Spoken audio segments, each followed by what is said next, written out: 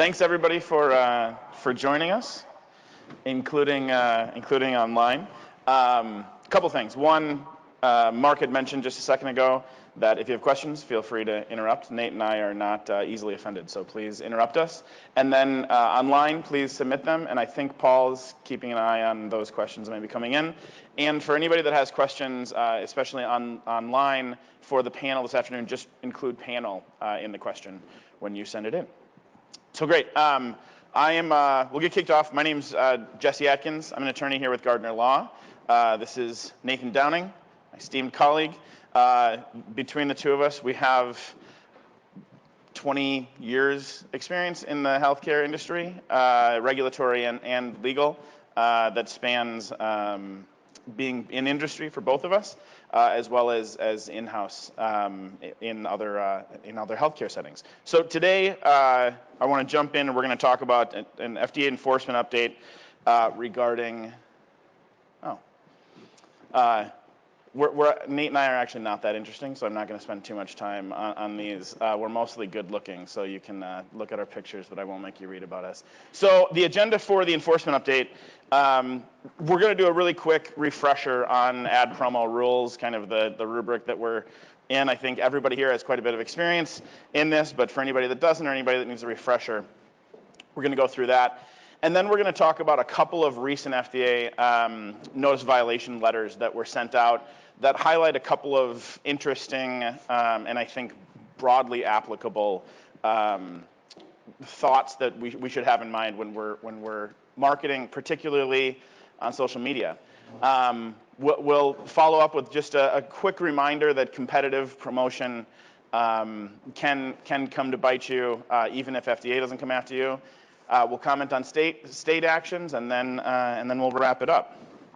We are going to start with a quick poll, and so for those of you that are online, if you're able to hit on the poll, whether your primary focus is medical device, drug, or an even split. And here on the room, I guess I would just, while people online are answering that, I would ask, quick show of hands, are you primarily focused on medical device? Okay, so the majority of the room. Drug? No one in the room? Oh, one? Great. Or even split. We'll call that an even split. Great. So and Paul, do we have any poll responses coming back? Yeah, 79% medical device. Okay, great. So about 80% medical device. So that's great. Like I said, both the NOV letters happen to be drug, but the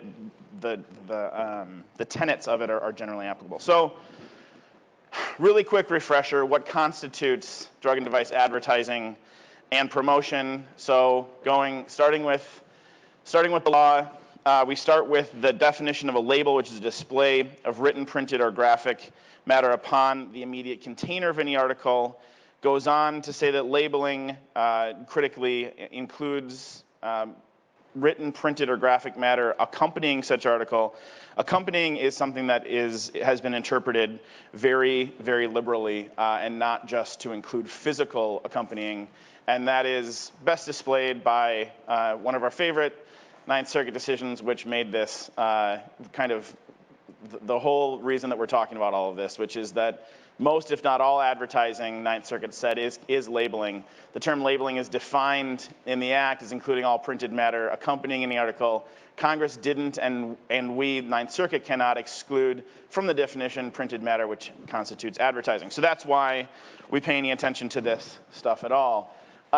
What's really at the heart of it, and I know everybody here is very familiar with and talks with their clients about intended use all the time. And in fact, we recently wrote a regulatory alert on this that FDA had recently promulgated new regulations for intended use, both in medical device and drug. But the key here is that when we are marketing, there is what we say about the product. I'm hesitant to say this, although I hear a lot of people say it, so I'm just going to say it anyways. What you say about your product is almost as important as your product, frankly. And you can inadvertently create a new product. You can inadvertently create a new intended use. And when FDA is evaluating intended use, they can, under the new regulations, consider, quote, any relevant source. which very clearly includes promotional labeling. And to talk more about that, I'll hand it off to Nate. Thank you, Jesse. So, right, we just saw promotional labeling is quite broad, and so labeling in general. And so what forms can promotional labeling take, right? So when you are with your client, you're trying to make sure that anything that should go through a proper promotional labeling review, that you call that out and you put it through those channels. And so here you can see a list, right? And whether it be a convention booth, right? Sometimes in conventions, we'll want to get splashy, but the same rules apply to a convention booth that apply to other material. Setting matters, obviously, but an audience matters, but you still have those same rules in place. Obviously, TV and print advertisements, which can reach so many people, are really important.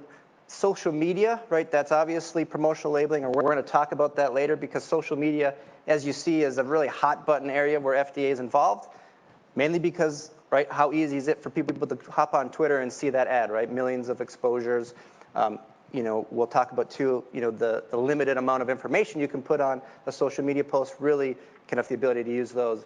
So really think of it, any communication created, sponsored, distributed by that manufacturer can be considered promotional labeling. And another thing I want to point out too is when you're telling the sales field to do messaging, you know, treat that as promotional labeling as well, because those messages are what's being put out to the audience. So it may not be written on your piece of paper that you're dropping off for a physician, but whatever message that's accompanying that piece of paper is going to be just as important. And so all of this information, all of that messaging needs to be captured within your process and considered promotional labeling. So, right, we're talking about mostly the regulations around promotional labeling, but it's important to realize the statutory fundamental basis for the FDA action, and it's codified here in Section 352 of the 21st section of the U.S. Code.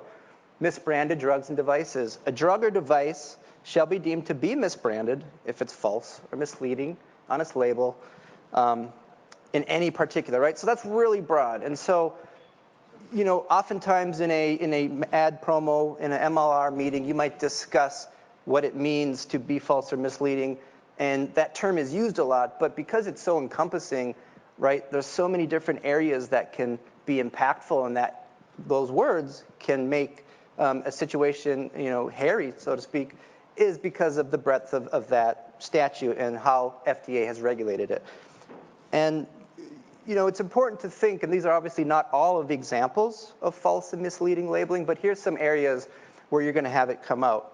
Incorrect, half-true statements, right? So maybe the context of a study, maybe a study of 10 patients was done and 9 patients had success.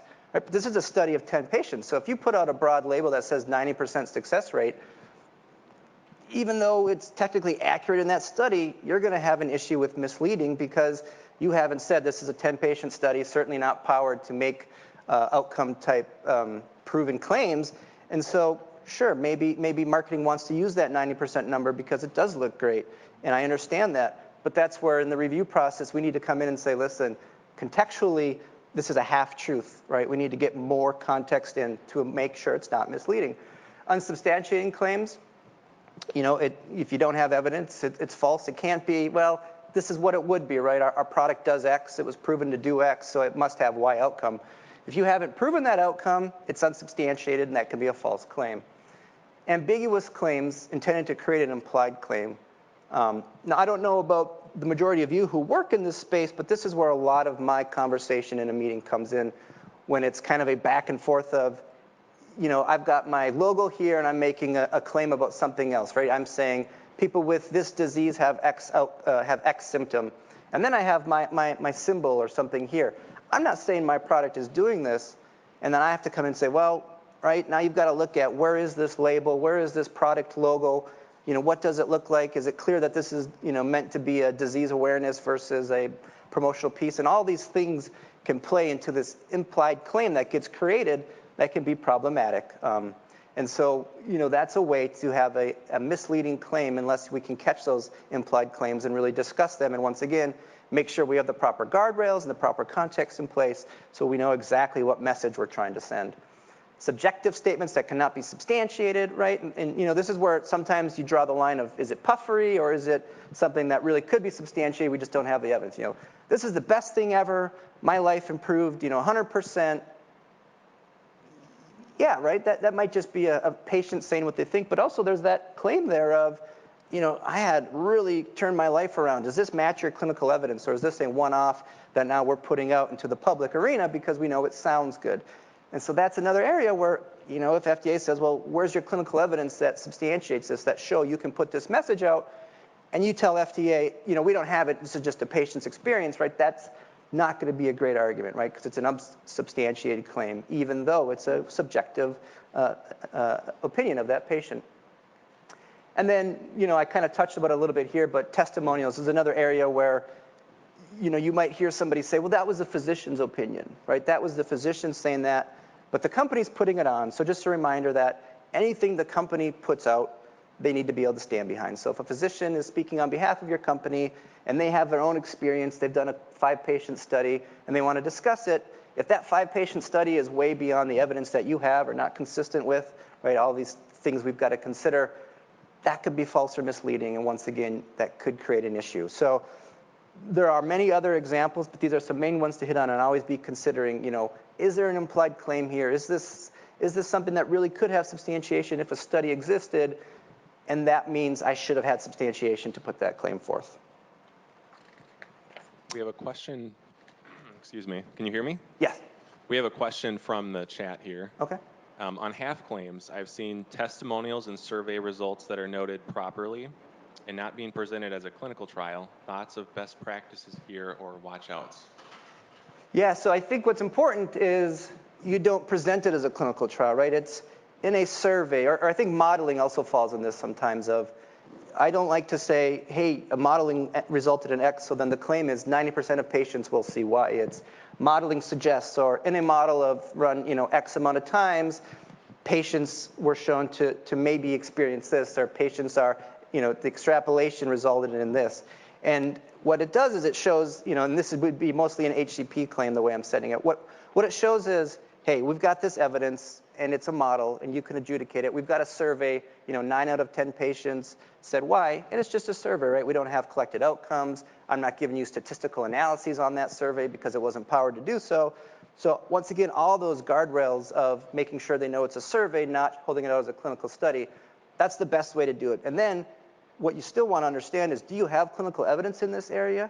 Because you'd still want to lead with your clinical evidence because that's your substantiation, and then that survey can bolster it. So if it's a survey that touches on your primary endpoint in a pivotal, for example, make sure you lay that primary endpoint, that pivotal study up, and then discuss that survey. Hey, afterwards we did some survey of patients, and yeah, people are still happy with our product. And that's a way to make sure as you move forward, you're not misleading the public, misleading the audience into thinking, oh, a clinical study showed 90% efficacy, as an example. So, consequences, right? So there are a long list of consequences, and really all of these have a major impact on your business, right? Small consequences, if you can even consider something where the FDA just calls and says, hey, I don't know where you got this from, right? Maybe someone has a relationship with the FDA where FDA feels comfortable asking. And now you're saying, oh, I don't either. And maybe you don't actually get an impact, but now you have to put a CAPA into your process. You need to say, hey, we need to go back and look at all of our pieces because we had one that got out that we weren't sure how it was substantiated.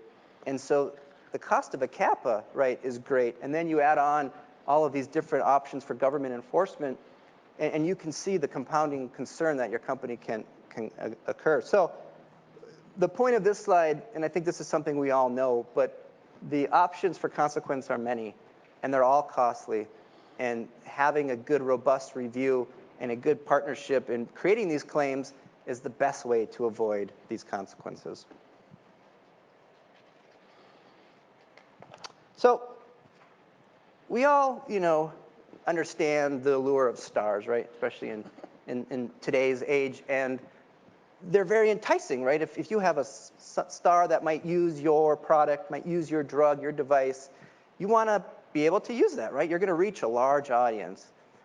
But you could see here, their stardom does not protect them or your company from FDA enforcement. And we all know who Kim Kardashian is. Haven't seen a lot of her work, but she has a lot of work out there. And so it's important that we realize, look at the posts. OMG, have you heard about this? This is very germane language, very comfortable language to a lot of the patient population, to someone that they might look up to and trust. And so FDA is looking at this and saying, listen, this is still advertising. This is still on behalf of the company, and you're not giving any warning, right? Where's the warning information here? It's way at the bottom, way at the bottom. And so, right, those consequences we discussed on the previous slide, a warning letter here for something they thought was safe for a spokesperson of the company, got them in a lot of trouble. So, right, so there are times that we're going to find that there's somebody famous who has a condition we work on. It's important to remember that you're going to have the same regulations as anybody else, as a physician who's putting a post or speaking on a podium. And so it's just a good reminder that stardom is not a protection against regulatory oversight. Another always kind of concerning topic that can come up. Oh, question from the audience? Yeah, so how could you have done this better is the question. And so this is a drug that's being promoted. And so what you need to do is you need to get your important safety information up in here. You need to have it in the area where your benefit information is. And you need to make sure that you're calling yourself out as a spokesperson. So Kim Kardashian should have clarified that, so they knew, okay, this is someone paid behalf of the company. Then they need to have their risk information within the post itself that balances this. And so sometimes, you'll get into a conversation with a company and they'll say, well, I can't fit all this. I can't fit that in my risk information. And what does FDA guidance say? Well, then maybe it's not proper for you to promote that message if you can't fit the necessary balance. And so that would have been the best practice, would have been to make sure you balance it properly with your risk. What are your big major warnings? What is your ISI statement? Can you link to that PI? And then make sure that it's clear that Kim Kardashian is speaking as a spokesperson on behalf of the company, not as an uninterested user of the drug who just wanted to give a good review. So off-label, right, you think about the categories of where off-label use can come in. Your patient population, your indications for use, how you use the device, how you prescribe the drug. And to promote the use in a manner that is not consistent with your labeling, with your patient population and your condition, is considered off-label promotion. And another thing to think about is this really hits on intended use. And so that objective intent in designing, in promoting, right, and we're talking about promotion and distributing the product, and it could be demonstrated by, once again, promotional materials. So that is an area where, everyone is going to have a bar in their SOP against promoting off-label. But there's other ramifications besides, FDA may be coming at you is, from the off-label perspective, is also once again, your intent of the device, your intended use is going to be derived from those statements you make. So FDA is going to say, okay, where's your evidence? Now you've updated your intended use, and that could become an issue. So always, every piece you review, you want to have off-label use in your mind, and you want to be having that IFU, that prescribing information at your side, doing kind of a side-by-side comparison, and highlighting any areas of question. And then you can think about using, do I need to go to my consistent with guidance? Can I do that analysis? It's not directly from my labeling, but maybe it's consistent with, and you can still use that claim properly with the right guardrails, but always be having that in your mind. So along with making sure when you promote, you're promoting consistent with your labeling, based on your labeling. Another issue, and you'll see it we saw it in the Kim Kardashian post, we'll see it in the warning letters, the untitled letters, is that disclosure of risk information. And now, those of you who practice in this space, you probably have a lot of conversations with marketing about disclosing risk information. What is that right balance, right? What makes it fair and balanced? Because you have to understand it's the net impression of the piece and that FDA is going to look at to determine if it's fair and balanced. So if you have flowery benefits and you just have page after page, and then at the very bottom, this does have risk, please discuss with your doctor, it's pretty hard to say it's fair and balanced, right? You're gonna have a tough time saying that. And most marketing doesn't expect that to be the outcome, right? They understand that they need to put some in. The question really becomes is, when you have really strong clinical claims and it's a one-pager and they want it to stand out, can we really shrink that risk at the end? Can we really kind of make it smaller so my piece still looks good? And that's a discussion that is important to have and say, well, we can maybe work some things around, but then let's put more fair balance up in the wording itself, right? If you've got a paragraph with benefits, in that same paragraph say, here are some benefits, and by the way, here are some risks that you should discuss with your doctor. So you're kind of making it more conversational and then still making sure you have your ISI, your brief statement, whatever it might be that accompanies that piece. But it's important that you're always thinking of fair balance and you're having a good conversation with your partners so they understand, why do you need to put this piece bigger? Why should this, especially when you think about a drug, what's the conversation going to be? Why does this font on this warning need to be the same as this benefit font? And it's because FDA has laid out that that's the expectation. And so I did add a little bit more on drugs, just a few things to think about. That important safety information is really present anytime you have the mention of the drug and some type of indication, right? And that can be pretty broad. If it's a drug for lungs and you have a picture of lungs, that could trigger enough to have ISI. Also make sure that you've got that established name, about half the half font size of the other brand name. And so there's a lot of other regulations around the promotion of drugs that we're not touching on due to time, but just to understand that there are some differences in the presentation of risk between drugs and devices. So a quick poll, kind of get everyone thinking again as we move forward. Do you or your company participate in social media advertising? So you've got yes, we do not make claims, and no, we are not crazy. And right, and why do I say we are not crazy? It's not because nobody does it. I do it with companies all the time.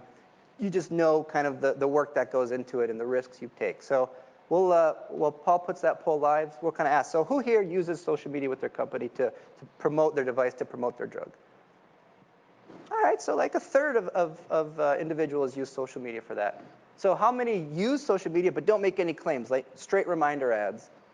Okay, so we've got a reminder ad, that's good. And how many don't use it at all? Just, that's not their policy yet. Okay. Yeah.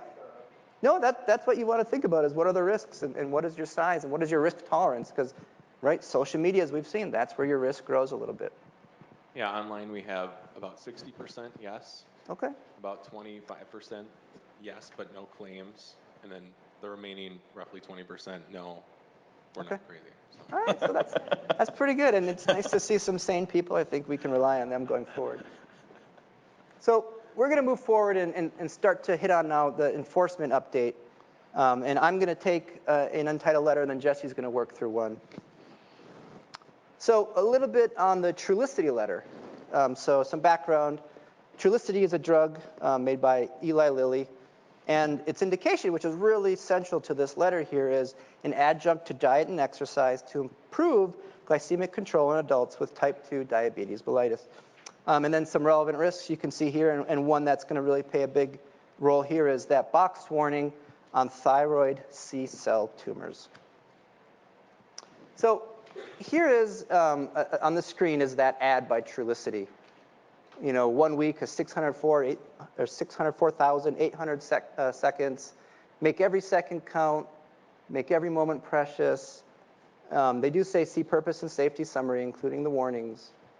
It's a pretty, pretty captive post. It really has great imagery. Obviously happy patients, because that's what you're going to put in there. There's 7 total frames.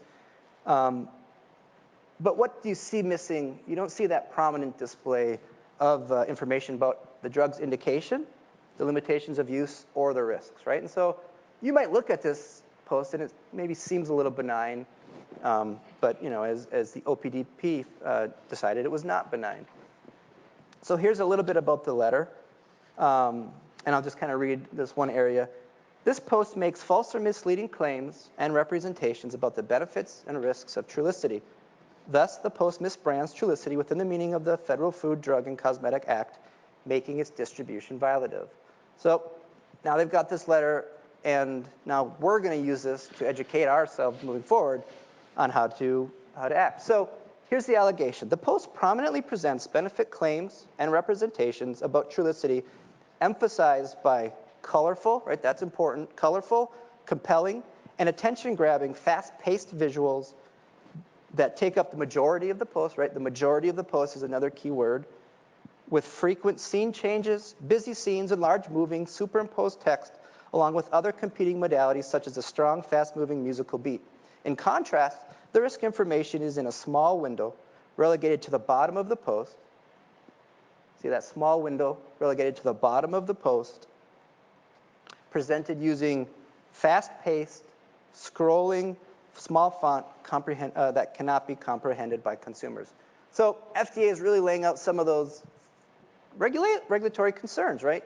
Your benefit and your risk information are not syncing up. You're not giving fair diligence to making sure the audience can understand that risk information. They're going to see those flashy pictures, those fast-moving scenes. They're not going to understand what might occur with the use of this drug, which is really important, right? You want patients to know this is the possible benefits, these are the possible risks.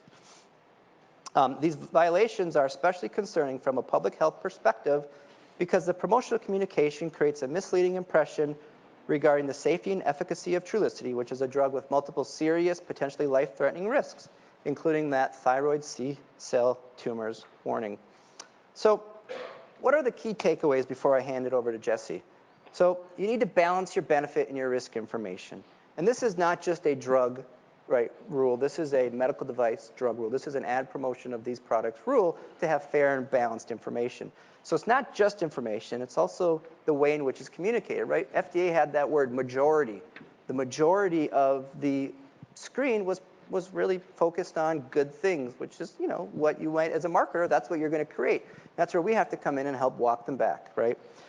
Prominently display relevant information.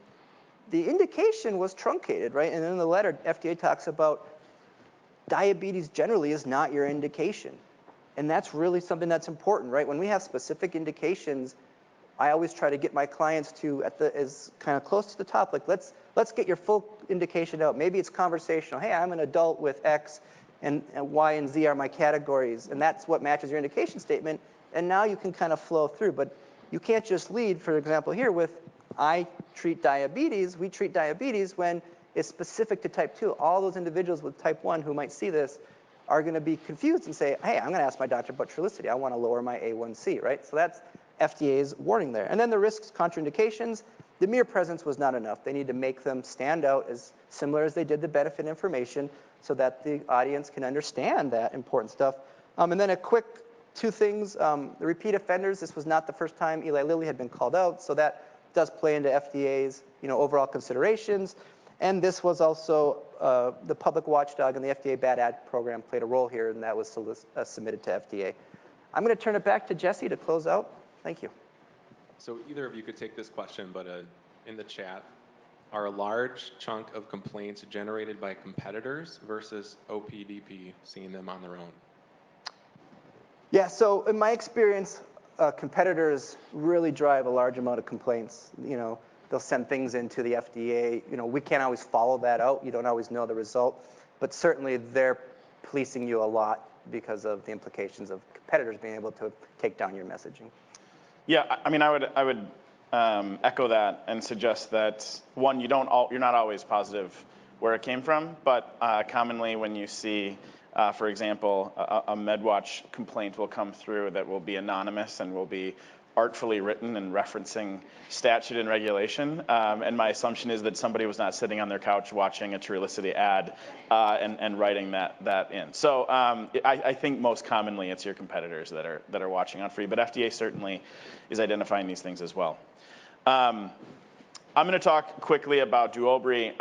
First of all, I'm going to say it's not every day that you get to have a presentation that includes not just Kim Kardashian, but Montel Williams, but he's included in this, so this is very exciting, I think, for all of us. Some quick background on Duobri. So it's a topical lotion indicated for the treatment of plaque psoriasis in adults. It has several risks that are relevant to our conversation and to the untitled letter. Serious systemic risks and skin reactions, embryo-fetal risk, and photosensitivity and risk of sunburn. So just keep those in the back of your mind as we jump in. So this is a little different type of an advertisement This is a screenshot from The Balancing Act, a show hosted on Lifetime, 8:30 in the morning on weekdays. I'm sure we've all got our calendars set for that. Olga Villaverde and Montel Williams are the hosts. I think the audience for this is either, it's probably my grandmother, but other people are, you may have fallen asleep watching a Nicholas Sparks film on Lifetime and then turned on the TV in the morning and this was already on. So what we don't have is the video because, as I would have suggested Bosch do, it has been deleted and left to the annals of time, no longer available to us. So I can't show you a clip, but what FDA did do in its infinite wisdom was provide us with a storyboard, and I'm going to use this to just talk through a couple of the items of what happened here. So this is, again, the Balancing Act, it presents itself as if Montel Williams and Olga Villaverde and their team have put together, have evaluated these things. They're speaking on behalf of themselves and these patients, and they're really just presenting information to you as a consumer, as somebody that is just interested in this drug, which of course is not the case. This is paid advertising that is done, and all the information is provided directly from Bosch here. And so it opens up with a young woman named Katie, and young, by the way, is relevant to the conversation, and having young children is relevant to the conversation. What she talks about is that she has struggled with plaque psoriasis for her whole life. She has talked about throughout adulthood. She talks about how she would wear clothes that would cover it up because she was embarrassed or because she didn't want it to be seen. And she talks about what life was like with plaque psoriasis prior to Duobri and after, which sounds, the difference for her was remarkable. Then there's her physician speaks about plaque psoriasis, what it is, how it works. A couple of points on this, and these are all, by the way, clips directly from it. One comment that I would note is when Katie is talking before, you see these black and white photos. Life lacked color and vibrance, right? And then it moves into the after photos where everything was much more flowery. Another point that I'm going to make is the one place where you get any risk information is on the lower left of the screen here, and you can see significantly smaller, and it was commented by FDA that was not adequate. And so there's really two things that I want to highlight here. One is risk balance and failure to disclose relevant risk information. So FDA highlighted that, I guess one of their comments that I just kind of want to read to you is that something can be false and misleading not just where there's a misrepresentation, but based on the extent to which a communication fails to reveal material facts in light of the representations made. Now, I said that her age was important. There are two, in the precautions, there are two recommendations, or a requirement and a recommendation. A requirement pre-prescribing that 2 weeks prior to initiating therapy, a woman of childbearing age have a pregnancy test and have a negative pregnancy test. And a recommendation that a woman of childbearing age during therapy have effective contraception.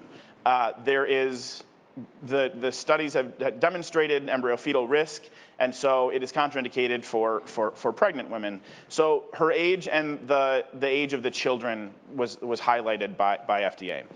Another thing I talked about, Katie commenting on the fact that she would wear long sleeve shirts, and she changed her wardrobe after she began therapy with Duobri.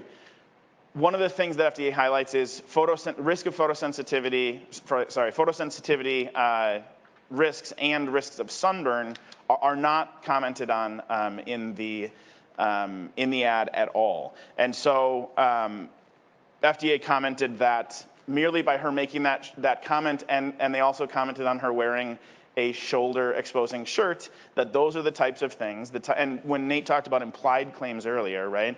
These are implied claims that I'm not going to get sunburned, I suppose, or at least that I don't run the risk of sunburn, or that we're not, by the fact that we're not disclosing that is problematic. So generally throughout, the warning letter kind of hits them over the head with that topic. The other one, though, that I want to highlight is the clinical superiority claims and the comparative claims. So in it, they call themselves the first and only. There are comments that other creams didn't work. Comments that within days results were demonstrated, and the clinical trials. What FDA commented in the letter is that the clinical trials were not against competitive products; they were against a lotion, and therefore they don't have the information or the data, or as FDA says, if you do, please provide it to us very kindly. And so, but we all know that they don't. So. And I'm just going to read one more piece for you from the letter, where they say the claims of demonstrated synergy and superior efficacy versus the aggregated results of 2 monotherapies. So this is an item from the webpage. Are based on data derived from post-hoc analyses of a single phase 2 trial of limited sample size, which compared Duobri separately to its individual components and vehicle. And so this is a comment from FDA, not just on the proper type of data, but on the adequacy of the breadth of the data. They say, we acknowledge the statement post-hoc analysis of phase 2 clinical trial is included on the webpage. However, this does not mitigate the misleading impression created by these claims and the presentation, because the phase 2 trial was not designed to support conclusions comparing the efficacy of Duobri to its aggregated components. Now, I know everybody in here knows this, but when our marketing teams get frustrated with us, when we tell them we want to read the clinical, we want to read everything, and they say, no, we've got the conclusion, here's the abstract, we're good. Remember, this is where FDA can hit you. Now, Nate also had commented on the fact that repeat offenders can get in trouble. They were not, FDA was not shy about reminding Bosch that they had commented on these things previously in less formal channels, and Bosch did not take that as seriously. So just remember, it's a gift if FDA reaches out to you and says there may be something problematic about this, and take them up on it. And so again, we hit on these, but the primary allegations are that it's misleading. And like I said, they go on to talk about the serious skin reactions, the embryo-fetal risk, as well as the competitive claims. So a couple of key takeaways here, very briefly, in our last couple of minutes. Remember, non-traditional promotion is still subject to regulatory action, and I would say we can say that even more staunchly, which is that this is, I talked about my grandma or you waking up because you fell asleep with Lifetime on last night. This is a more vulnerable person that is taking in this information. You're presenting it to them from what may be a trust. These people, I think my grandma trusts Montel Williams quite a bit. So these are people that are trusted, and we're providing the information as if it might not be an advertisement, but it's actually, we're just taking experience from this young woman and her beautiful children and their lives that are magically improved by Duobri. And then that comment, I guess the one thing that I really want to take away is the photosensitivity risk being tied to what she was wearing. Just remember that the photos that are in your social media posts, the videos that are included, we're making implied claims all over the place, and we've got to have our issue spotting hats on for where those implied claims are coming out. I shared with Nate that I had another client who was running a social media post through Ad Promo Committee. And they were using, the person was on the side of the pool with their elbows on the side of the pool with the product. And this is not a waterproof product. And so that is an implied claim that you can just run into the pool and use this product. And those are the types of things that we want to keep an eye on. I know we are at time. And so I'm going to save this. I'm just going to remind that even if FDA doesn't take up a case, your competitors can. Courts are not, I will say this, in this particular case, the court really looked into whether or not this was a misleading claim. And the linkage between, I'll just tell you, the linkage between COPD patients who may have trouble inhaling with greater force. They recognized that as a need. They also recognized that this new inhaler product had I'll call it an accelerant of sorts that they designed to support that lack of inhaling strength. The issue was they never demonstrated a linkage between that need and their product that was designed to do it being effective. And the court found therefore that it was misleading and that they granted a permanent injunction in that case. So last thing, knowing that I'm now 3 minutes over time, I'm just going to remind everybody, DOJ and OIG are continually reminding us, and we say thank you for that reminder, that they're not slowing down on enforcing these types of things. And so we just want to know that they're looking at these things. False Claims Act penalties have been on the rise, and we think that will continue. So the key takeaways, very briefly, remember, just stick with your effectiveness of what it is. Don't overstate it, and always go back to your data and your clinical studies. The significant risks that you've got, don't just not downplay them. Make sure that you're playing them up to the same extent that you're playing up your benefit if you're going to hit hard on benefit. Substantiation of claims is critical. It's where FDA is always going to go back to. In their letter, they always, at the end of every statement, they give you that opportunity. And if you have evidence for this, please give it to us. Which, of course, FDA, if we had it, we would have given it to you before. But in any event, they will say that. Don't overplay your competitive advantage because, as we talked about, your competitors are the ones that are going to call you out. And then make sure that you're relying on experts effectively. Make sure that the individuals that are making the claims on your behalf in your pieces are the right ones, and make sure that when they rely on data, especially if it's their own data, that you check for alignment between your data that you've got and the data that they're looking to present.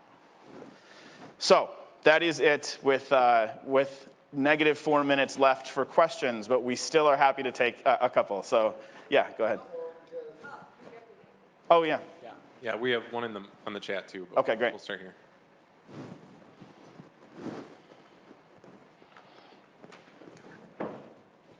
So for this space of regulation, does this apply to pre-marketed products, so like startup companies that haven't launched something yet?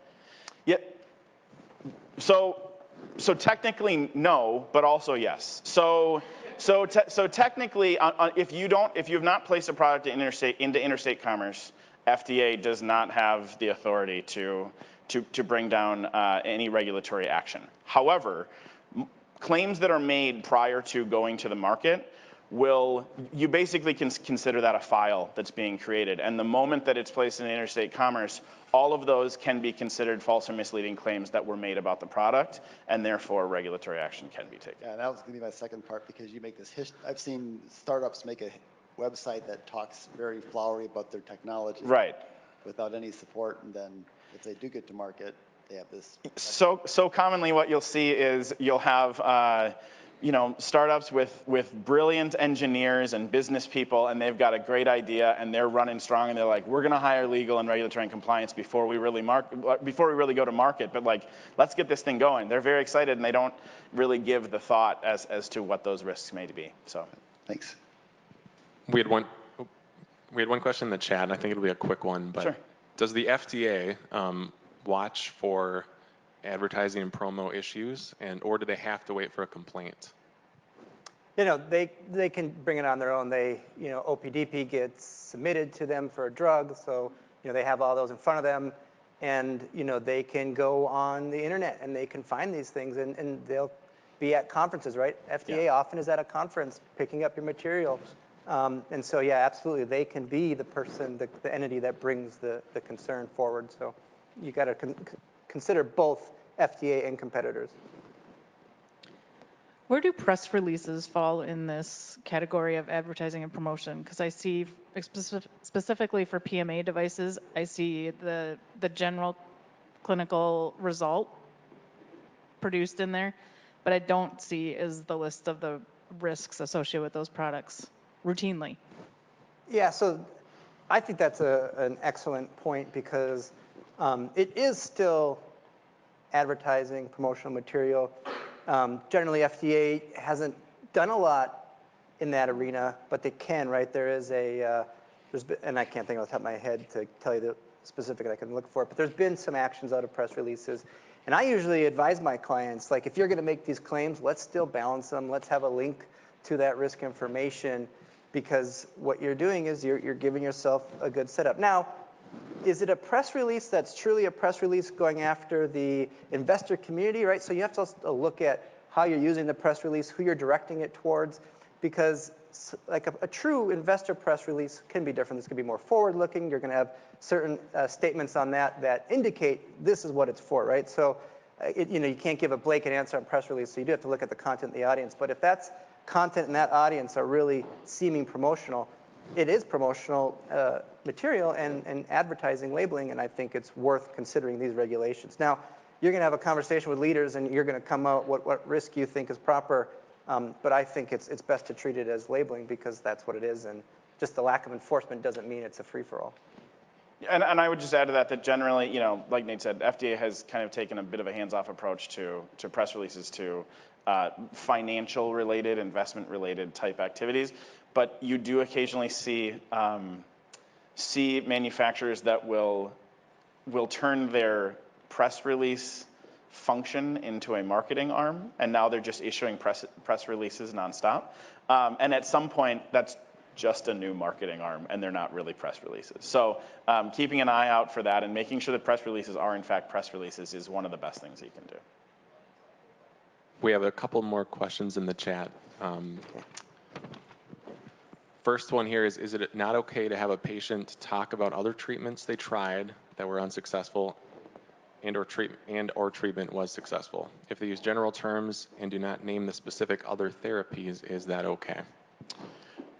You want to take it? Yeah. So yeah, absolutely. Like, oftentimes a patient needs to be intractable to some type of other therapies they've tried. So sometimes you need them to spell out those therapies so you can show, yes, we've tried X, Y, and Z, more conservative therapies, and now we're on to our therapies. So sometimes it's actually part of the story. But what you want to do is when you're discussing it, if they said, well, I tried X, and I had all these risks, I had these reactions, and now you talk about your product, and you're not talking about the risks, now you're out of balance, and you're misleading, and you're putting forth another product as having more risks than yours. And so you can do it, but it's that fair and balance we talk about over and over, that still applies. And you need to present that product in a fair and balanced manner, consistent with the evidence, consistent with indications, and then do so with yours as well. So you can, but it's important to make sure that you are considering all of those things, as well as the patient, how they describe it, needs to match available evidence. And when it comes to calling out an individual product, I would just remind that when it comes to comparative claims, both FDA and FTC are on the record as saying that they expect head-to-head clinical in order to be able to make comparative claims. And if you've got a patient that's making the claim on your behalf in something that you're going to be presenting or promoting, you run that risk of FDA suggesting that you're now making comparative claims that you don't have substantiation for. I think, should we take one more and then cede the... Yeah, we do have one more in the chat here. There is lots of pre-approval marketing enforcement action. It's not a question. Let me go to this other one. Is it okay for a patient testimonial story to say they tried a lot of other treatments that didn't work, if that is true, and we add results may vary? Got it, with results may vary. So I don't, results may vary is great, and I recommend adding it to a lot of pieces. Results may vary or not. It's not going to get you out of. It's not a get out of jail free card. And generally speaking, by the way, I would say, I have a couple of marketing people that will come to me often, and they'll say, we want to say this, but we'll put a bunch of disclaimers.